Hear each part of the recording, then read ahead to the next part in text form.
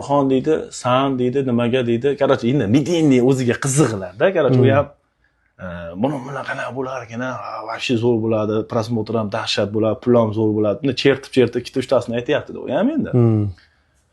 Keyin men aytdimki, endi to'g'risi sportsmenga asosiysi pul-da aka. Men aytdimki, agar dedim menga keladigan bo'lsa, gap yo'q dedim. Zo'r gonorar beringlar dedim, chek dedim. Gap yo'q dedim, urishaveramiz dedim. Chunki erkak bilan menga вообще удобныйda. To'g'risi gap aka, uni qo'li o'y boshqacha bo'lsa ham, unaqa bo'lsa ham aniq o'xshab olaman aka men erkak bilan. 100% bilaman. Agar Alloh peshonamga yutqizsin deb yozmagan bo'lsa, hali shu gapingga javob ber deganlar ham bor-da aka bu narsa.